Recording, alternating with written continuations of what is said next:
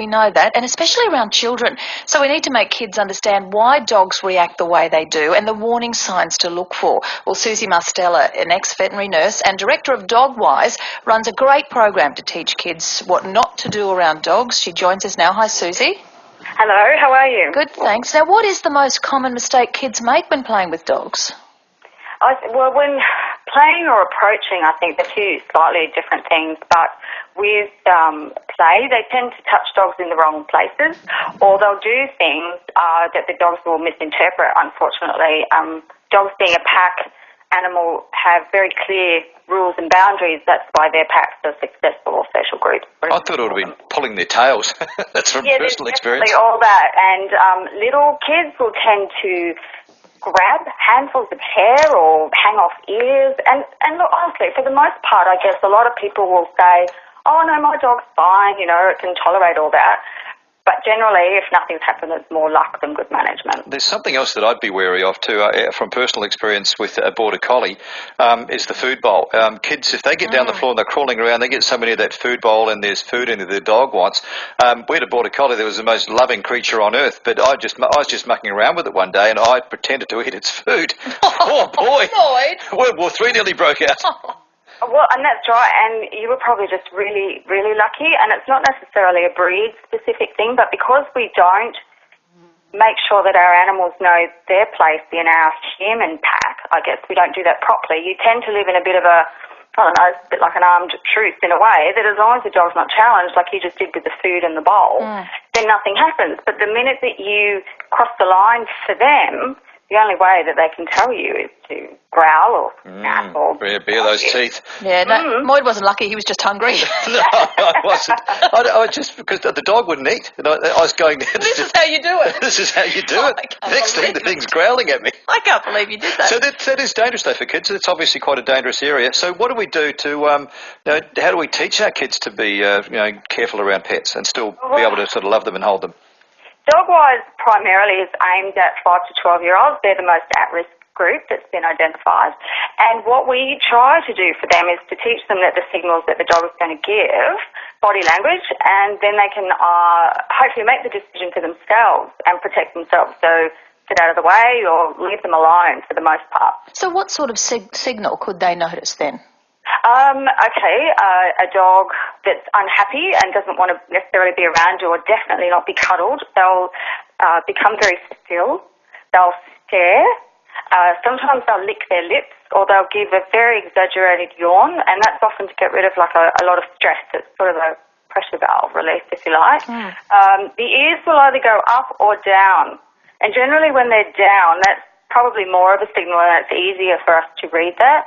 The tail it won't wag, but it might just wave from side to side. But that hard stare usually is the one that says, you really need to get out of my way. Is there more danger when you get a dog, when the dog's already been in a household, say with mum and dad, then all of a sudden they're having kids? Or are you safer perhaps when you get a dog down the track when the kids are like 2 and 3 and you've got a puppy that gets used to having those kids around from day one?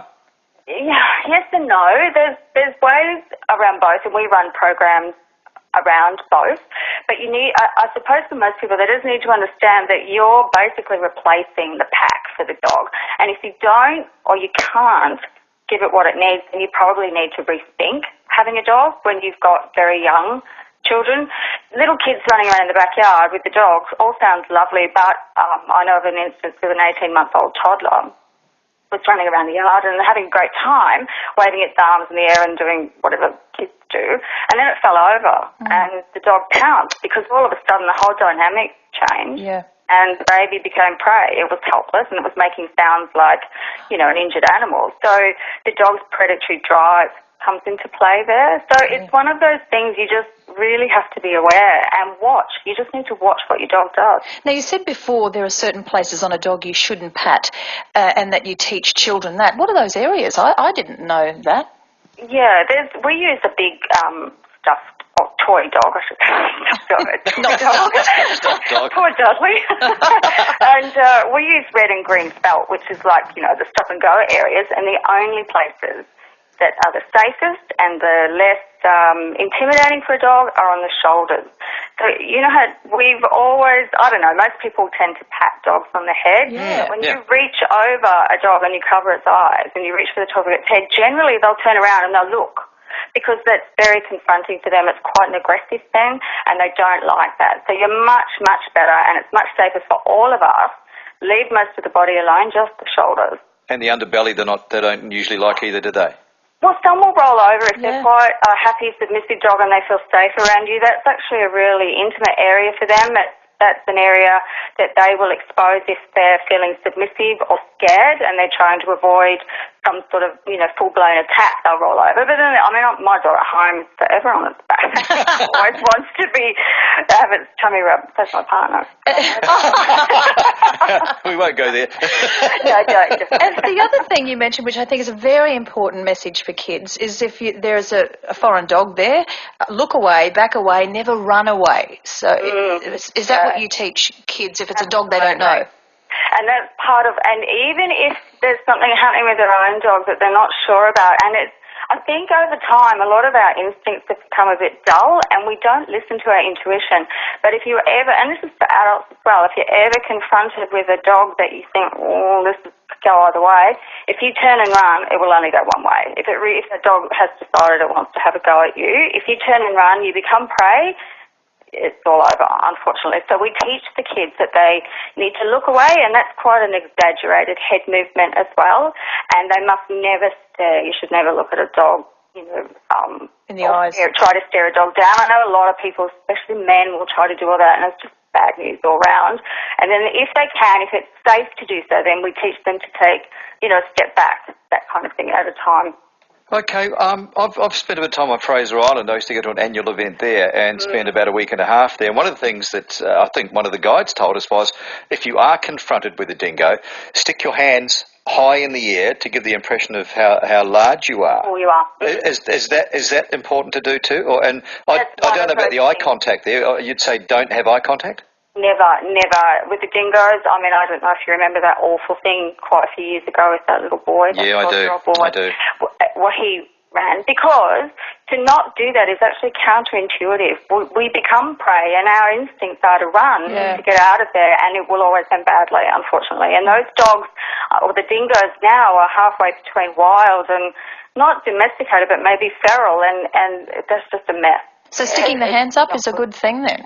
Look, making yourself bigger is always a good thing, but sometimes an or a quick movement might set them off. So we would often tell them to just stand still like a tree, but don't look at me. So, and tell them to maybe just clench their fists and, hold themselves close together, because I just worry that for the little kids, if they lift their arms up high in the air and they somehow lose their balance or fall over, once you're on the ground, often the dog will just think, hey, thanks. Yeah, the eye contact thing's the one that puzzles me. I kind of thought that's what you do to try and show, I'm going to stand up to you, but you reckon definitely not. It's a challenge, isn't it? Not for kids. Absolutely not for kids. Never, ever, ever for kids do they stare a dog down. And if you try that, and even if you tried that with your family pet at home and you watch what your dog does, it will change. There'll be a subtle change, and it will think, are you actually antagonising me? Yep. Do you want us to fight? Is that what you're doing? Because if you watch dogs in a pack, the pack leader, the alpha males and females, will use the stare as a method of discipline. Okay. Now, if people want to find out more about this DogWise bite prevention program, what can they do? Dogwise.com.au. All right. Is it going to be available in schools at all, Susie? Well, at the moment, I do a lot of private work and private consultations, and with the group, like play groups and that kind of thing. And I would love to get it into schools, because I think if you can teach your kids to protect themselves, that's the best way for them, for us to protect our kids. So I would love to try to get it into schools. It's a bit hard, I think. The curriculum is a bit choked, but they learn more about things like whales and frogs, and yet we're in... You've got dogs everywhere. Every day. True, yeah. Okay, Susie, thank you very much for talking to us. I'm sure your dog and your partner are probably due for the next tummy rub, so we'll let you go. Thanks for your time. Bye. Thanks, Susie. Thank you, Susie Susie. there from DogWise. And it is a great course. It would be a good thing to have in schools. What do you think? I'm saying... It is funny what you said. The dog and the partner. Oh, no, I still can't get past you down on your all fours, eating out of the dog's bowl. Yeah. And I remember doing it one at a time with my daughter when we had another dog years ago, and there's photos at home of her and I with the dog's food. They're only puppies though, and the puppies didn't react. We actually had they're their only milk. puppies. They're probably but with their eyes open yet. No, I'm just wondering whether it comes with age, this predatory thing.